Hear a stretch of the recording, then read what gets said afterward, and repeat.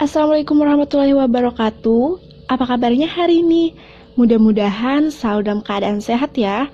Nah, pada video pembelajaran ini, Miss akan memberikan materi mengenai pengembangan ekonomi maritim dan agrikultur di Indonesia.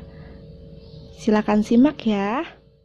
Nah, yang pertama akan kita bahas yaitu mengenai ekonomi maritim. Apa sih ekonomi maritim itu? Yang pertama, kita akan membahas mengenai pengertian dari ekonomi maritim. Ekonomi maritim merupakan kegiatan ekonomi yang mencakup transportasi laut, industri galangan kapal dan perawatannya, pembangunan dan pengoperasian pelabuhan beserta industri dan jasa terkait. Dan ekonomi kelautan merupakan ekonomi yang dilakukan di wilayah pesisir dan lautan serta di darat yang menggunakan sumber daya alam dan jasa-jasa lingkungan kelautan untuk menghasilkan barang dan jasa. Jadi, di sini ekonomi maritim itu berhubungan dengan aktivitas yang dilakukan dengan kelautan ya. Jadi, untuk ekonomi maritimnya itu ya seputar kayak transportasi dan infrastrukturnya, sedangkan ekonomi kelautannya itu berupa aktivitas yang dilakukan seperti nelayan-nelayan pada umumnya. Namun keduanya ada perbedaan dan ada persamaan ya.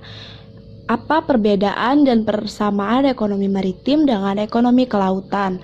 Persamaannya di sini sama-sama bertujuan untuk meningkatkan kesejahteraan masyarakat, terutama yang berada di pesisir pantai. Nah, sedangkan perbedaannya, ekonomi maritim ini merupakan kegiatan ekonomi yang mencakup transportasi laut, sedangkan ekonomi kelautan merupakan kegiatan ekonomi yang dilakukan di wilayah pesisir pantai. Jadi, bisa kelihatan ya persamaan dan perbedaannya. Apakah kalian mengetahui bahwa sekitar 75% dari total wilayah Indonesia terdiri dari wilayah perairan atau lautan? Jadi wilayah laut Indonesia yang sangat luas merupakan potensi yang sangat penting dan perlu dipelihara serta ditingkatkan kualitasnya. Berdasarkan statistik perikanan tahun 2012 dari Food and Agriculture Organization, Indonesia merupakan negara peringkat kedua dalam produksi perikanan tangkap dan peringkat keempat dalam produksi perikanan budidaya.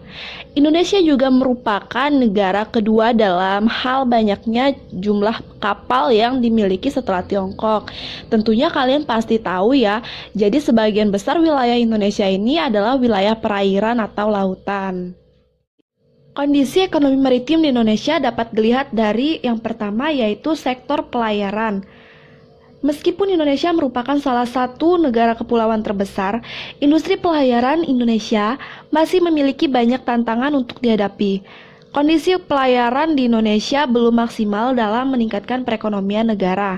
Selain karena fasilitas kapal angkut yang belum memadai, sistem pelabuhan di Indonesia juga harus terus diperbaiki. Tidak hanya kedua hal tersebut, potensi sumber daya manusia di sektor pelayaran juga harus terus ditingkatkan supaya sektor pelayaran bisa terus berkembang dengan baik. Yang kedua, sektor perikanan. Sektor perikanan merupakan salah satu sektor yang cukup berkembang. Kementerian Kelautan dan Perikanan juga sudah mengadakan gerakan makan ikan, dengan harapan adanya peningkatan yang konsisten di sektor perikanan dan semakin populernya ikan sebagai bahan makanan di Indonesia. Nah, kalian juga harus ikut ya dalam makan ikan dalam setiap harinya. Selain untuk kesehatan, itu juga bisa membantu untuk mengembangkan sektor perikanan tersebut. Yang terakhir yaitu sektor pariwisata bahari. Jika pariwisata bahari di Indonesia dapat dimaksimalkan, maka akan menimbulkan banyak dampak positif, seperti terserapnya lapangan pekerjaan, meningkatkan minat investor di bidang pariwisata, dan meningkatkan devisa negara dengan masuknya wisatawan asing. Mungkin kalian juga pada tahu ya, salah satu contoh dari pariwisata bahari itu adalah Raja Ampat yang ada di Papua. Akan tetapi sektor pariwisata bahari juga belum dikembangkan dengan maksimal. Semoga kedepannya akan bisa dikembangkan dengan maksimal ya. Selanjutnya kita akan membahas mengenai pengembangan agrikultur di Indonesia. Mungkin kalian sudah mengetahui ya apa itu agrikultur atau biasa kalian dengar yaitu agraris. Nah, jadi ekonomi agrikultur ini merupakan upaya peningkatan perekonomian dengan memberdayakan sektor pertanian.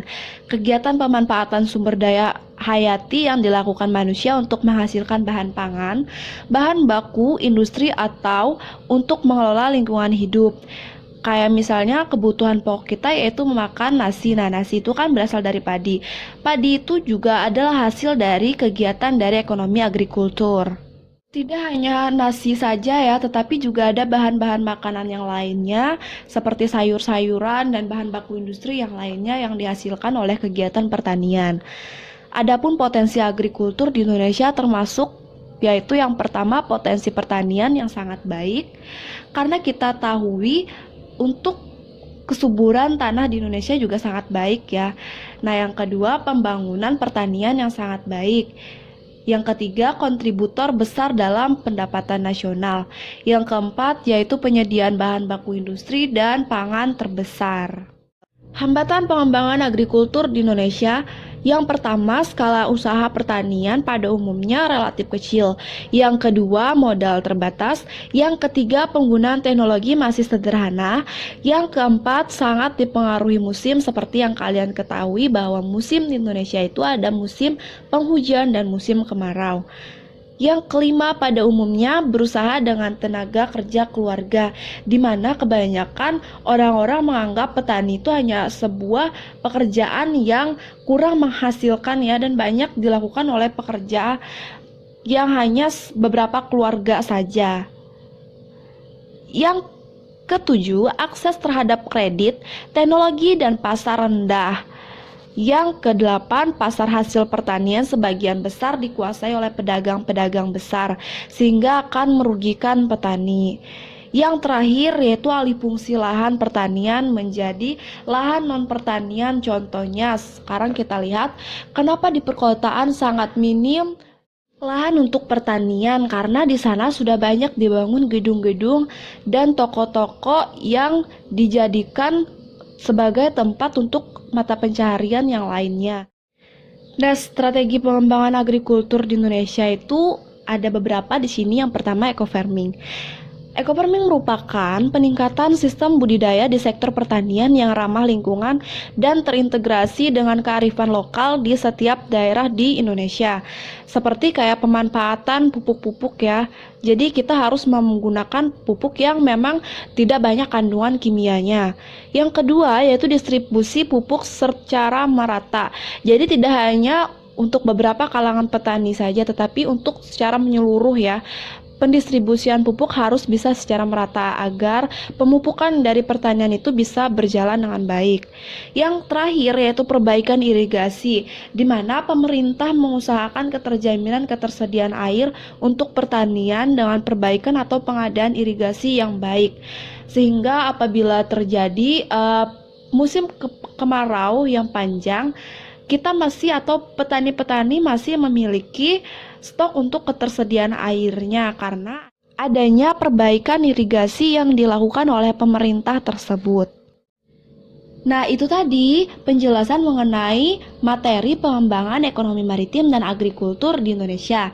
Semoga bisa dapat dipahami dan bisa bermanfaat ya.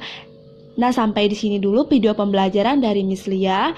Nantikan video-video pembelajaran selanjutnya. Terima kasih.